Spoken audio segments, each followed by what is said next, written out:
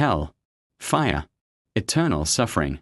But what if hell is not what you've been taught? What if the Bible describes something very different? Something far more disturbing, because it's misunderstood. In the Old Testament, the dead don't go to hell. They go to Sheol, a silent place. Not fire, not torture. Later texts introduce new words. Hades, Gehenna, the lake of fire. Different meanings. One single fear. Gehenna was real.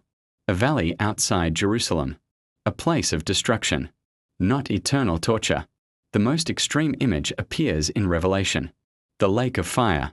But here's what most people miss. It comes after judgment. The Bible calls it the second death. Not endless life in pain, but final separation. The idea of eternal torture grew later. Through fear. Through control. And it reshaped religion forever. What if hell was never meant to be feared, but understood? What if the truth is quieter and far more final? So what is hell? A place? A symbol?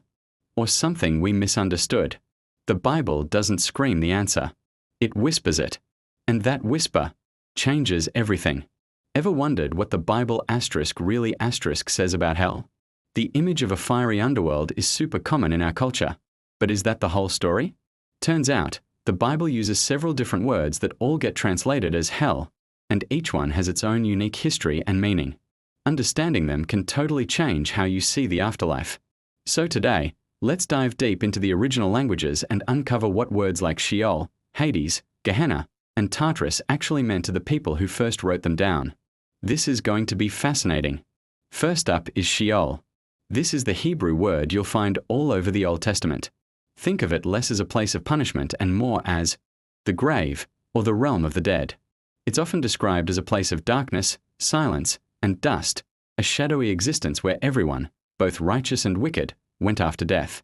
For example, the righteous patriarch Jacob, mourning his son Joseph, said he would go down to Sheol in grief.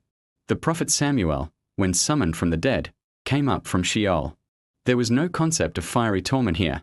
It was simply the common destination for all departed souls, a neutral holding place where life as they knew it had ceased. It was a separation from the land of the living and from God's active presence. Now, let's jump to the New Testament and the Greek word Hades. When the Hebrew scriptures were translated into Greek, the word they chose for Sheol was Hades. So, in many ways, Hades is the Greek equivalent of the Old Testament Sheol. It's the realm of the dead.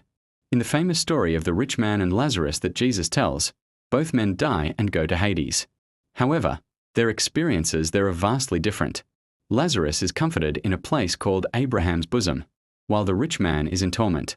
This story introduces a new layer to the concept, suggesting that within Hades, there might be a separation between the righteous and the unrighteous, a place of comfort and a place of suffering, even before the final judgment. So Hades is a bit more complex than Sheol, acting as an intermediate state for the dead. Next, we have perhaps the most intense word, Gehenna. This is also a Greek word, but its origin is a real, physical place. It comes from the Hebrew Gehinnom, which means the Valley of Hinnom. This was a valley just outside the ancient walls of Jerusalem. In Old Testament times, it gained a terrible reputation because some of the kings of Judah allowed horrific practices there, including child sacrifice by fire to the god Moloch. Because of this dark history, the Valley of Hinnom became a symbol of ultimate wickedness and divine judgment.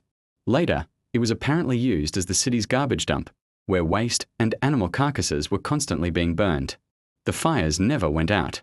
So when Jesus wanted to describe the final, ultimate punishment and complete destruction for unrepentant evil, he used the vivid, terrifying image of Gehenna, the burning, smoldering trash heap.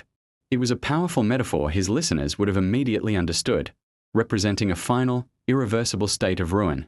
Finally, there's a word that appears only once in the New Testament, Tartarus. In the second letter of Peter, it says that God cast rebellious angels down to Tartarus. This term comes straight from Greek mythology. For the ancient Greeks, Tartarus was a deep abyss, a pit even lower than Hades, reserved for punishing the titans and the most wicked of mortals. It was the ultimate prison. By using this specific word, the biblical author was tapping into a well-known cultural concept to describe a place of confinement for powerful, rebellious spiritual beings who are being held until the day of judgment. It isn't a place for humans, but specifically for these fallen angels. So, to recap, Sheol is the Old Testament's shadowy realm of the dead. Hades is its New Testament counterpart, an intermediate state.